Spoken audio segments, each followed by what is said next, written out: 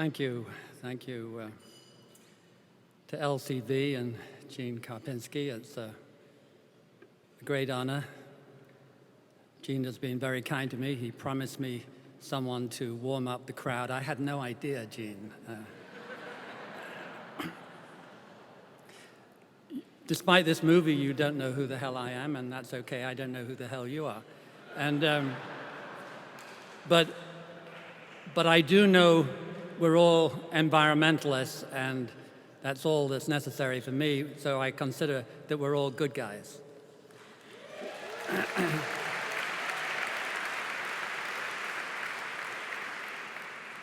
Like an earlier speaker, I would ad-lib if I had 25 minutes, but I'm given 6 minutes.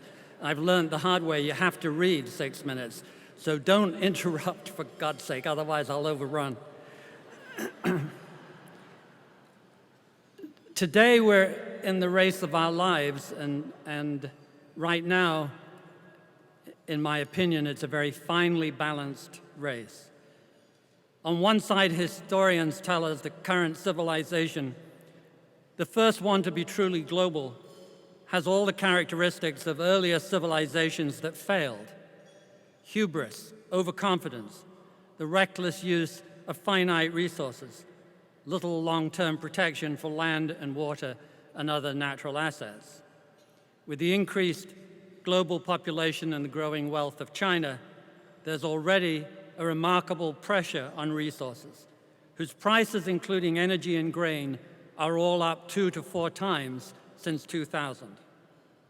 Worse, the climate negatives are proceeding far faster than even Jim Hansen predicted in the 1970s. The CO2 count still rises, the climate warms, the weather destabilizes, making farming more precarious. The melting of Arctic ice and the sea level rise accelerates. In the Antarctic, scientists believe that the Thwaites Glacier has gone irreversible. However well we behave, they reckon it will collapse and add an extra foot this century to existing estimates of sea level rise. Irreversibility is scary, and very probably there will be more such cases that might include at worst some that are life-threatening. Indeed, time and possible irreversibility are our greatest enemies. Perhaps most dangerously, we're still losing 1% of our soil every year, even in the US.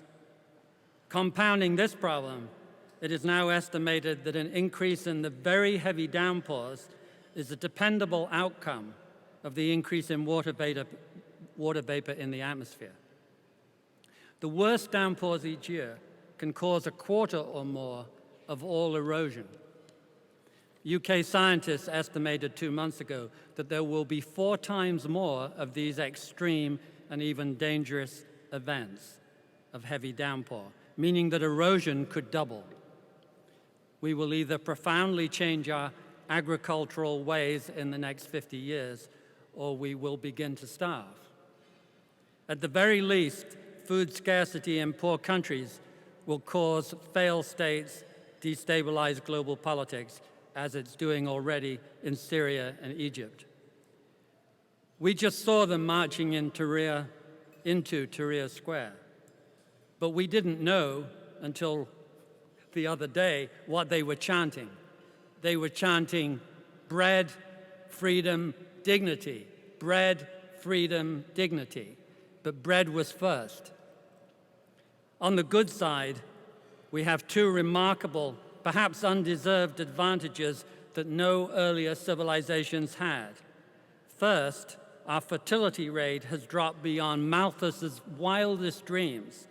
Iran and Bangladesh had 7 children per woman in 1960, 7. Today they have 1.6 and 2.2. Remarkable. If fertility stays moderate, it is a potential lifeline.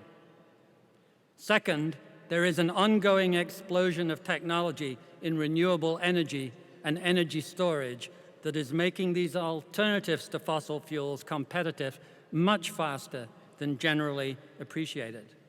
In 20 years, solar generation will be far cheaper than fossil fuels.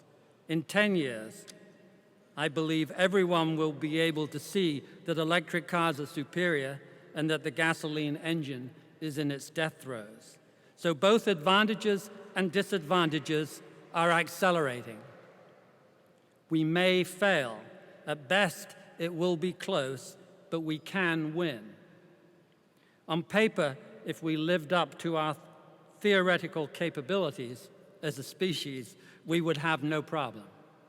But in real life, Homo sapiens, and indeed capitalism, despite all its virtues, are not ideally suited at all to deal with very long-term dangers to our air, soil, and water. Our worst feature, perhaps, is our willingness to protect our vested interests and political beliefs regardless of long-term costs to society. This has resulted in deliberate attempts to promote more fossil fuel use and protect their subsidies while attacking alternatives. Deliberate programs to confuse the public on the science of climate change, creating doubt where none should exist and in most countries does not. And the bad guys, frankly, have been kicking our asses. They've been at it for 30 years, with huge assets to protect and money to do it, and with considerable cynicism. Exxon, for example, has prepared for years to drill in the Arctic, which requires the ice to melt, while simultaneously funding denial of the melting process itself. The bad news is that they have also executed their propaganda with considerable, even enviable skill. How good is their propaganda? I will tell you how good. In a society with universal suffrage, we are rapidly approaching the most extreme income inequality in modern times anywhere, and the lowest taxes on capital for 80 years. Most impressively for them, a state tax paid by only 2% of American families is opposed by 68%. They have, in short, bamboozled enough poor voters so that with the help of a bizarrely right-wing Supreme Court majority, their money neutralizes the natural voting majority of the poor. Compared to income inequality, it's surely been much easier for them to confuse the general public on the complexities of climate risks and to fight against the use of new technologies so critical to our very existence. Whether we approve of it or not, we are engaged in a propaganda war. It is absolutely vital that we environmentalists win this war. It will take money and leaders with talent and fire in the belly. We are lucky to have just such a leader in Gene Karpinski, but we need many more like him.